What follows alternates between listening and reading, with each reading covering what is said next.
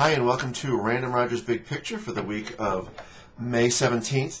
I'm going to take a little bit of a departure from the normal. This is kind of, think of it as before you start investing, before you start saving, before you do all of this stuff, and I think you'll see that it's connected to investing, at least in my mind, I think it is.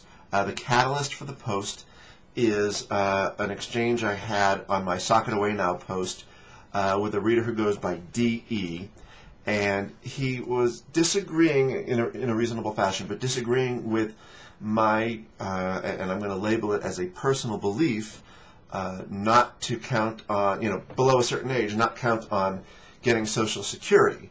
I'm 43 and I don't expect to get it. I don't know at what point above my age someone should reasonably plan on getting it. People who are in their 60s are going to be just fine, it would appear, but I don't know where just fine ends, if you follow me there, but it's certainly well above my age.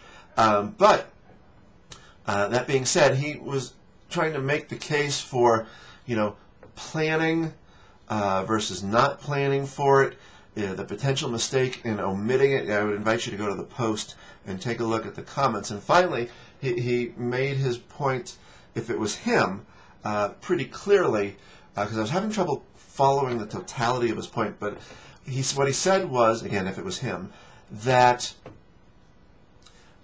if you save too much for the future, it's more of a live for tomorrow and not for today.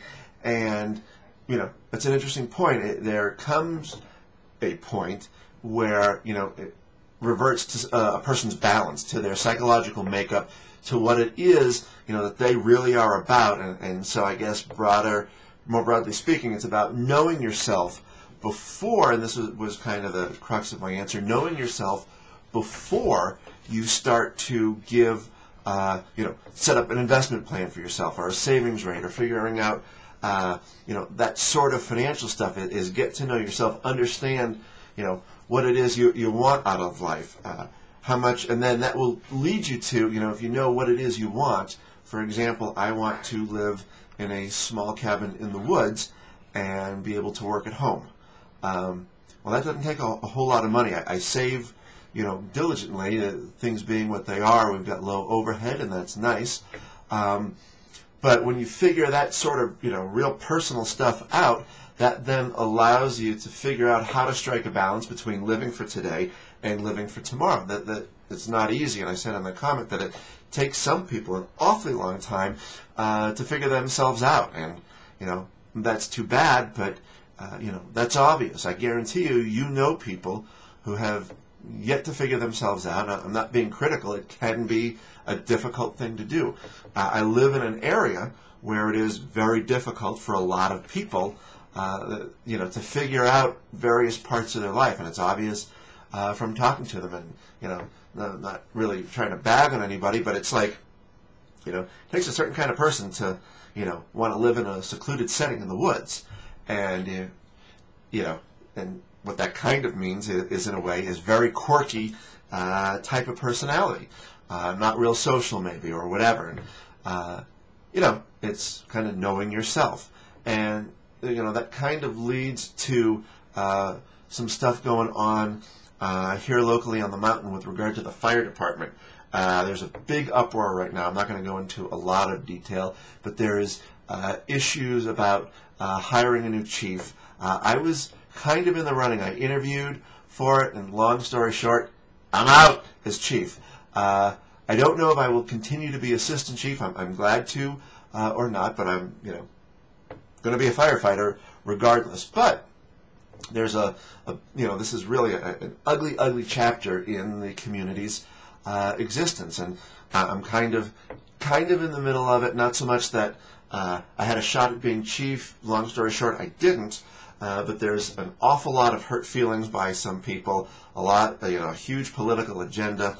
A lot of different stuff that is, worrying about the type of stuff that is just the wrong thing to worry about. There's no money at stake here. There's no opulent wealth. There's no, there's no obvious benefit from the power and the glory of running this department.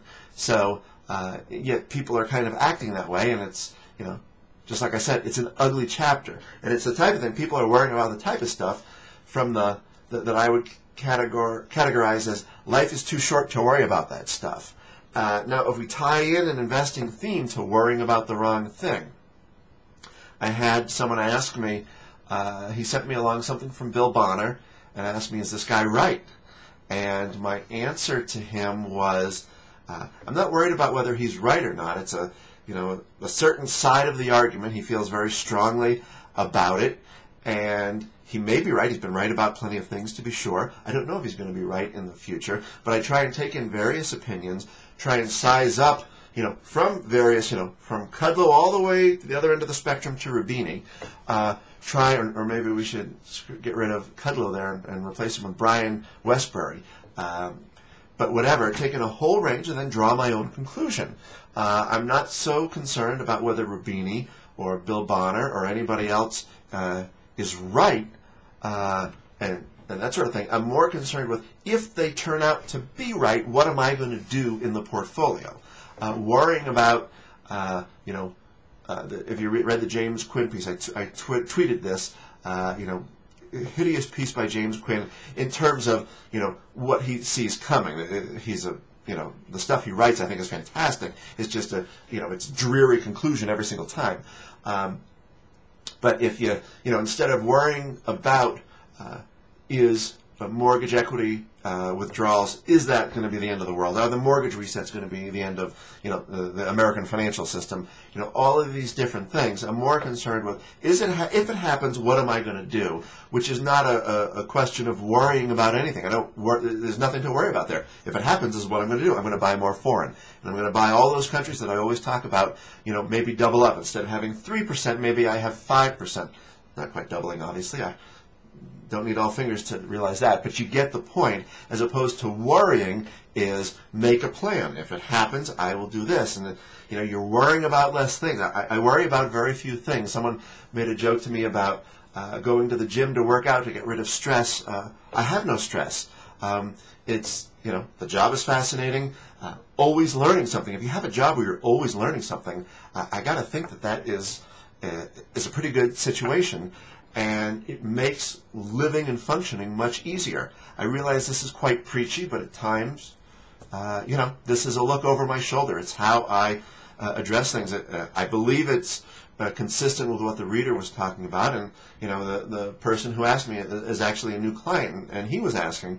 I believe it is a reasonable tie-in to investing. If you figure this stuff out for yourself, and it does need to be for yourself, then I think it will make navigating capital markets for you much easier. That's it. Have a great weekend.